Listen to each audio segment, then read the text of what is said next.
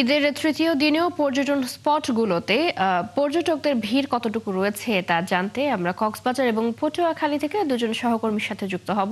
শুরুতেই চলে যাচ্ছি কক্সবাজারে। সেখানে আছেন আমাদের সহকর্মী তারেক হায়দার। তারেক, জানাবেন যে বেলা বাড়ার সাথে সাথে কক্সবাজারে কেমন দেখছেন পর্যটকদের ভিড়? জেনিন ওইখানে নামাচ্ছে এবার।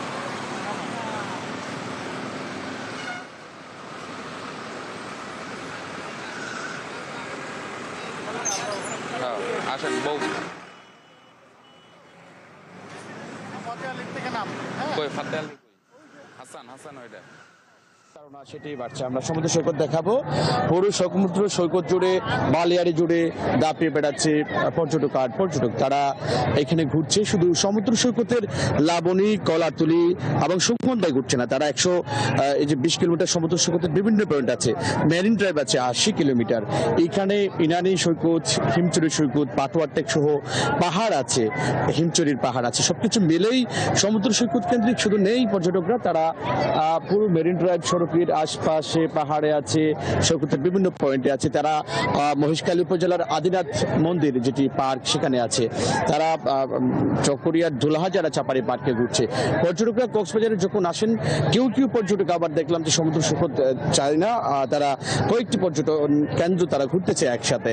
সেরকম পর্যটকরা বলছেন যে তারা পুরো কক্সবাজার ঘুরে দেখতে চান। 2-4-5 দিন সময় নিয়ে তারা আসেন, যেহেতু এইবারে দীর্ঘ ছুটি ছিল, প্রায় 7 দিনের ছুটি ছিল, এবং সেই ছুটিতে পর্যটকরা ঘুরতে চলে আসছেন কক্সবাজারে ঘুরতে তারা হয়তো এখান থেকে বান্দরবান যেতে পারে, আবার সাজেক যেতে পারে। তাদের একটু পরিকল্পনা থাকে এবং সেই পরিকল্পনা নিয়ে মূলত তারা ট্যুর করে থাকেন। চৈতি। তারেক, ধন্যবাদ আপনাকে। আমাদের সাথে পটুয়াখালীর কুয়াকাটা সমুদ্র সৈকত থেকে আরো যুক্ত আছেন সহকর্মী মিলন কর্মকার রাজু, জানাবেন যে কুয়াকাটা সমুদ্র সৈকতে দর্শনার্থীদের কতটুকু ভিড় দেখছেন?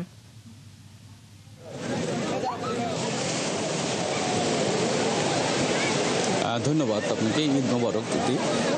কুয়াকাটা সৈকত কিন্তু এখন পর্যটকদের পদভারে মুখরিত। গতকাল দুপুর থেকেই কিন্তু পর্যটকদের উপচে পড়া হয়েছিল গোটা সৈকত জুড়ে। আমি রয়েছে এই মুহূর্তে কুয়াকাটা সৈকতের যে পয়েন্ট থেকে সমুদ্র পথে যে পর্যটকরা ফাত্রার বনাঞ্চল চর বিজয় এলাকায় যায়, সেই ঘাটে রয়েছে, এবং সেখান থেকে কিন্তু আপনি দেখতেই পাচ্ছেন ক্যামেরার মাধ্যমে যে পর্যটকরা কিন্তু এই যে স্পিড বোটে করে যে তারা এখন সমুদ্র পথে যাত্রার জন্য প্রস্তুতি নিচ্ছে। ইতিমধ্যে কিন্তু অন্তত 10টি নৌযান কিন্তু গভীর সমুদ্রে যাত্রা করেছে, এবং এখানে পর্যটকরা এসে ভিড় করেছে যাতে গভীর সমুদ্রে কিন্তু তারা ভ্রমণ করতে পারে। আপনি দেখতে পাচ্ছেন যে গোটা সৈকত কিন্তু এখন পর্যটকদের অবধারণ করতে। আমি রয়েছে এখন জিরো পয়েন্টের বাইরে সৈকতের যে পশ্চিমের লেম্বুর বন এবং পূর্ব দিকের যে ঝাউ বাগান, এর পাশাপাশি গঙ্গামতী সৈকতে কিন্তু সকাল থেকে মুখরিত ছিল।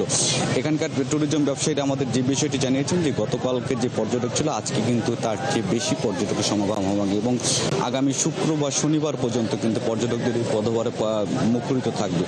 তবে এখানে প্রতিবারের মতো এবারও কিন্তু পর্যটকদের যে অভিযোগের কিন্তু কমতি নেই, কারণ তারা যে বিষয়টি বলছেন যে তারা একসাথে সময় মতো হোটেলে রুম পাচ্ছেন না, কারণ আর যারা যে রুম এখানে এক ধরনের রুমের সংকট সৃষ্টি করে পর্যটকদের কাছ থেকে অতিরিক্ত টাকা আদায় করার একটা যে সেই কালচার কিন্তু এবছর আমরা দেখতে পেরেছি। এবং এই বিষয়ে কিন্তু আসলে এখন পর্যন্ত আমরা প্রশাসনের কোনো অভিযান আমরা এখন মতো লক্ষ্য করিনি। তারা যে বিষয়টি বলছেন যে প্রশাসন যদি সঠিকভাবে যে এখানে এই বিষয়টি মনিটরিং করতো, তাহলে কিন্তু এখানে পর্যটকদের কাছ থেকে অতিরিক্ত যে টাকা আদায়, সেই বিষয়টি কিন্তু এখানে তারা রোধ করা যেত।